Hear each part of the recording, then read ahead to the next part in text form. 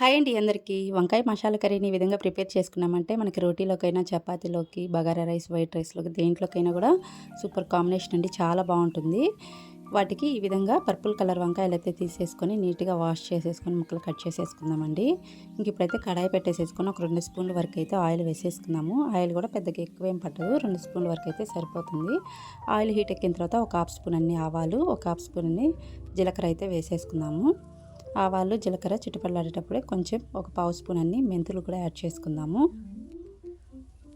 Add చేసేసుకొని చిటపటలాడిన తర్వాత ఇప్పుడు సన్నగా చాప్ చేసుకున్న ఉల్లిపాయ ముక్కలు అయితే వేసేసుకుందామండి. ఉల్లిపాయ ముక్కలు పెద్దగా కలర్ చేంజ్ అవ్వాల్సిన అవసరం లేదు. ఒక 50% వరకు మనకు కలర్ చేంజ్ అయితే సరిపోతుంది. ఉల్లిపాయ ముక్కలు ఫ్రై అయ్యేటప్పుడు ఒక 2 రెమ్మల కరివేపాకు వేసేసుకుందాం. మనకి ఉల్లిపాయ ముక్కలు త్వరగా కలర్ చేంజ్ అవ్వాలంటే కొంచెం సాల్ట్ వేసుకున్నామంటే మనకి త్వరగా ఫ్రై అయిపోతాయండి ఉల్లిపాయ ముక్కలు.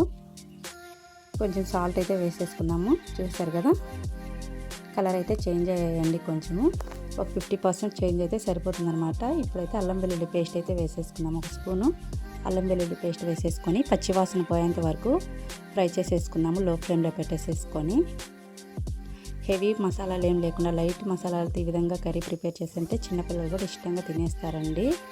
ఇంక ఇప్పుడు సన్నగా చాప్ చేసుకున్న టమాటా ముక్కలు కూడా వేసేసుకుందామండి. టమాటా ముక్కలు కూడా వేసేసుకొని బాగా ఫ్రై అయ్యేటట్టుగా స్టవ్ని అయితే సిమ్లో పెట్టేసేసుకొని బాగా మెత్తబడేటట్టు కుక్ చేసేసుకున్నాము. చూసారు కదా, మనకి ఆయిల్ అనేది సపరేట్ అవ్వాలన్నమాట. టమాటా ముక్కలు ఫ్రై అయిన తర్వాత అప్పుడు మనకి పర్ఫెక్ట్గా టమాటాలు అయితే ఫ్రై అయినట్టు. టమాటాలు అయితే ఫ్రై అయ్యి ఆయిల్ అయితే సపరేట్ అయిపోయిందండి. ఇంక ఇప్పుడు సన్నగా కట్ చేసుకున్న వంకాయ ముక్కలు అయితే వేసేసుకున్నాము.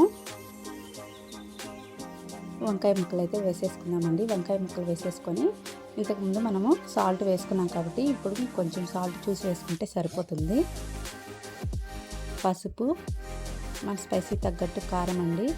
కారం అంతా ఇంత ఏం లేదు, మన స్పైసీ తగ్గట్టు అనమాట. మనం ఎంతైతే కారం తింటామో అంత కారం వేసుకుంటే సరిపోతుంది.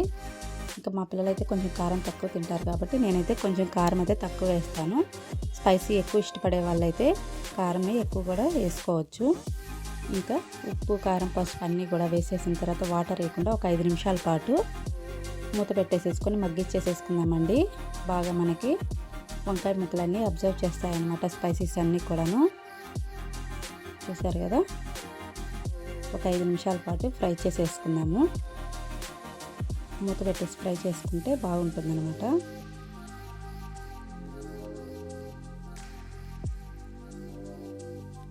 ఇంక ఈ విధంగా మొత్తం అంతా మిక్స్ చేసేసిన తర్వాత ఒక 5 నిమిషాల తర్వాత చూడండి, మనకు ఆయిల్ అనేది కొంచెము సపరేట్ అయినట్టు అనిపిస్తుంది. ఇప్పుడైతే వాటర్ అయితే యాడ్ చేసుకుందామండి. ఒక గ్లాస్ వరకు అయితే వాటర్ అయితే పోసేసుకుందాము.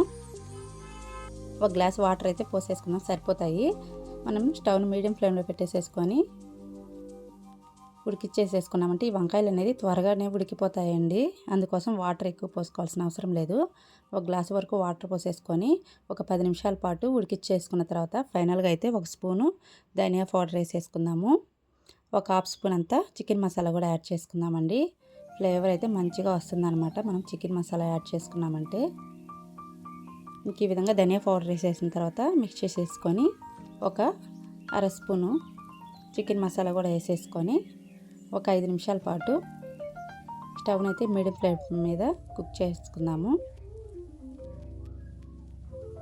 ఇంక ఈ విధంగా ఫైనల్గా అయితే కొంచెం కొత్తిమీర అయితే యాడ్ చేసేసుకున్నామండి.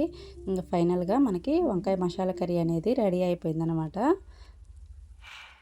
దేంట్లోకైనా రైస్, రోటీ, చపాతీ దేంట్లోకైనా కూడా సూపర్ అంటే సూపర్ కాంబినేషన్ అండి అసలు. మా పాప అయితే పర్పుల్ వంకాయల కర్రీ అనేసి అడిగి మరీ చేయించుకుంటుందన్నమాట. అంటే కొంచెం స్పైసీ తక్కువ వేసి చేసామంటే పిల్లలు కూడా ఇష్టంగా తింటారు కదా. చాలా అంటే చాలా ఇష్టంగా తినగలుగుతారండి చిన్నపిల్లలైనా కూడా. డెఫినెట్గా ఒకసారి ట్రై చేసి చూడండి. సింపుల్ ప్రాసెస్లో అయితే మనకి వంకాయ కర్రీ అనేది మసాలా కర్రీ రెడీ అయిపోయింది. చూసారు కదా ఫైనల్ లుక్ ఇది. ఆయిల్ తక్కువలో మనకి టేస్టీ వంకాయ కర్రీ అనేది రెడీ అయిపోయిందనమాట. ఇంకైతే స్టవ్ అయితే ఆఫ్ చేసేసుకోవచ్చండి. ఫైనల్గా మనకి ఈ థిక్నెస్లో ఉంటే సరిపోతుందన్నమాట మనకి కర్రీ అనేది. దేంట్లోకైనా కూడా రోటీలోకి, రైస్లోకి దేంట్లోకైనా కూడా చాలా మంచి కాంబినేషన్ అండి. టేస్ట్ అయితే చాలా బాగుంటుంది. చెప్పాను కదా, వంకాయలు అనేది త్వరగా ఉడికిపోతాయి అన్నమాట. మనం పోసుకున్న ఒక గ్లాస్ వాటరే సరిపోతాయండి. ఎక్కువ వాటర్ యాడ్ చేయాల్సినంత అవసరం లేదు. ఫైనల్ లుక్ ఇదనమాట. ఇంకా మనకి కర్రీ నుంచి ఆయిల్ సపరేట్ అయిన తర్వాత స్టవ్ అయితే ఆఫ్ చేసేసుకోవడమేనండి.